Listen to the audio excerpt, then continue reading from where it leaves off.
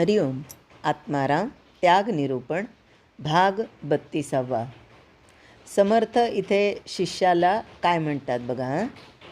जितुके काही नासून जाईल, जितुके काही नासून जाईल, जे अशाश्वत असेल, तुझ समागमे न येईल, इतुकेच द्यावे मज. काय मागतात की मी तुला जे मला दे म्हणून सांगतो ते तुझ्या गरजेचं मागत नाही आहे. तुझं पुण्य मला नको, ते तुझ्याबरोबर यायचंच आहे. पण बाकी कोण येणार आहे तुझ्याबरोबर बरं? कोणीच येत नाही. कसं येत नाही त्यासाठी हा श्लोक आहे. धनानी भूमौ पश्वश्च गोष्ठे, भार्या गृहद्वारे जन स्मशाने, देहश्चितायां परलोकमार्गे, कर्मानुगो गच्छति जीव एकाः.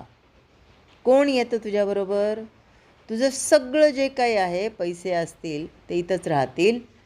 एक हिंदी कवी असं म्हणतात की खूब कमाओ हीरे मोती, लेकिन लेकिन कफन को जेब नहीं होती. आप्तेष्ट कुणी असतील, अगदी बायकोसुद्धा घराच्या दारापर्यंतच येते. एकदा काय झालं, एका व्यक्तीचा मृत्यू झाला आणि यम त्याच्या हातात ते गाठोडं होतं.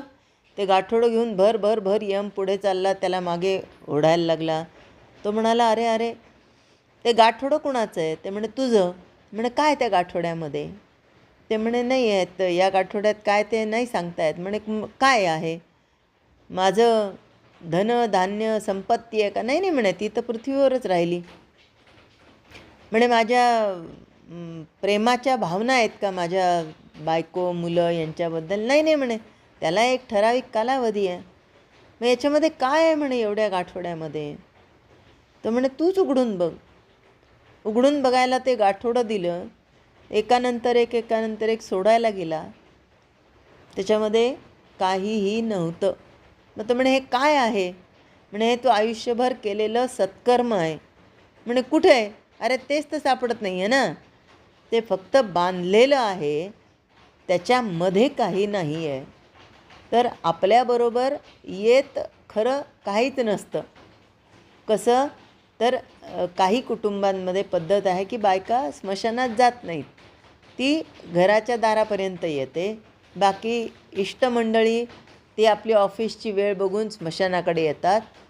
आणि इथे समर्थ शिष्याला सांगतात की तू ज्या देहाला आपलं म्हणतोस तो तुझ्याजवळ चितेपर्यंतच. पुढे पुढे तो पण तुझ्याबरोबर येणार नाही. तुझ्याबरोबर कोण येणार? हे सगळं खालीच सुटणार आहे. मी त्यातलंच मागतो तुला. तुझ्याबरोबर येणार आहे ते मागत नाही. जे नासून जायचं आहे, जे तुझ्याबरोबर यायचं नाही, असं जे काही आहे तेवढंच मला दे. या फुकटाच्या मोबदल्यामध्ये तुला मी चांगली वस्तू देणार आहे. आता तरी ऐकशील की नाही माझं? आता शिष्यही बुद्धिमान असतात. म्हणाला, गुरुजी, जे माझ्या उपयोगाचं नाही ते तुम्ही मागता, म्हणजे तुम्हाला ते हवं आहे. मग जे तुम्हाला हवं आहे मग ते मला का नको म्हणता? बघा, एक परंपरा होती म्हणे की शिष्याला लग्न करायला सांगायचे आणि बायको टाकायला सांगायचे आणि मग ती आपण सांभाळायची. म्हणून शिष्य म्हणतो की मला लग्न करायला लावायचं आणि बायको टाकायला लावून तुम्ही ती सांभाळायची, मग मीच ती सांभाळतो ना. म्हणून समर्थ त्याला उत्तर देतात की बाबा रे, मजही ते काय करावे, मला याची काय गरज नाही आहे, पण तुला टाकायची सवय लागली पाहिजे म्हणून मागतो. आता बघा, अगदी साधं उदाहरण आहे. आपल्या घरामध्ये एक वर्षा 1.5 वर्षाचं बाळ असेल, त्याच्या हातामध्ये जे काय वस्तू असेल ते आपण म्हणतो दे दे दे दे, मला दे मला दे मला दे. मग मावशी येते, आत्या येते, काकू येते, मला दे मला दे मला दे. प्रत्येकजण त्याच्यापुढे हात पसरतात. आपल्याला खरंच त्याच्या हातातली वस्तू पाहिजे असते का हो? ती आपल्या कामाची असते का? खेळणी वगैरे असेल ती आपल्या कामाची असते का? नाही. तरी पण आपण मागतो की नाही त्याला? का मागतो? कारण त्याला देण्याची सवय लागावी ही आपण काळजी घेत असतो. आणि इथेही समर्थ आईप्रमाणे आपल्या लेकराची काळजी घेतात, म्हणजे भक्ताची काळजी घेतात. आणि या भक्ताला काय मागतात ते? तर जितकं काही तुझ्या उपयोगाचं नाही, जे अशाश्वत आहे, जे नाशवंत आहे, एवढंच नाही तर जे तुझ्यासोबतही येणार नाही आहे तितकंच मला दे. बरं, तत्पूर्वी काय म्हणाले होते ते त्याला, की तुझे अढळपद गेले, तुझं मायेने वेढा लाविले, ते जरी तुझं दिधले, तरी मज काय देसी. म्हणजे मागच्या 31व्या ओवीमध्येही त्यांनी परत शिष्याला हेच म्हणाले होते की फुकटात काही होत नाही, त्याचं मूल्य त्याला द्यावंच लागतं.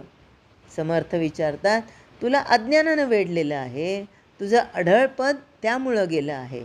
अढळपद कशामुळं गेलं? त्याला अज्ञान का अज्ञान? कारण देहाचं अज्ञान. अढळपद म्हणजे कसं? लगेच मोक्ष, त्या क्षणाला मोक्ष. मग तो का मिळाला नाही? कारण अज्ञान. म्हणजे तुझं अढळपद जर मी तुला मिळवून दिलं तर तू मला काय देशील? आपण नाही का एका हातामध्ये पेरू घेतो आणि एका हातामध्ये खेळणी घेतो, त्या बाळाजवळ जातो, तुला हे देऊ का ते देऊ? मग तुझ्या हातातलं मला तू काय देणार? असं लहान मुलाला खेळवतो की नाही आपण, तसं इथे समर्थ आपल्या शिष्याला म्हणतात की गरजेचं मागत आहे मी. कसं गरजेचं? तर जे तुझ्या गरजेचं नाही असं मागत आहे. जे तुझ्या गरजेचं आहे ते तुझ्याजवळ ठेव, जे तुझ्या गरजेचं नाही तेच तू मला दे. आणि म्हणून पुढच्या ओवीमध्ये त्यांनी सांगितलं की मजही ते काय करावे, परी तुझ पासून टाकवावे, तुवा टाकिले तरी न्यावे, तुझ समागमे. या ओवीचा अर्थ पुढच्या भागामध्ये ऐकूया. हरिओम. जय जय रघुवीर समर्थ.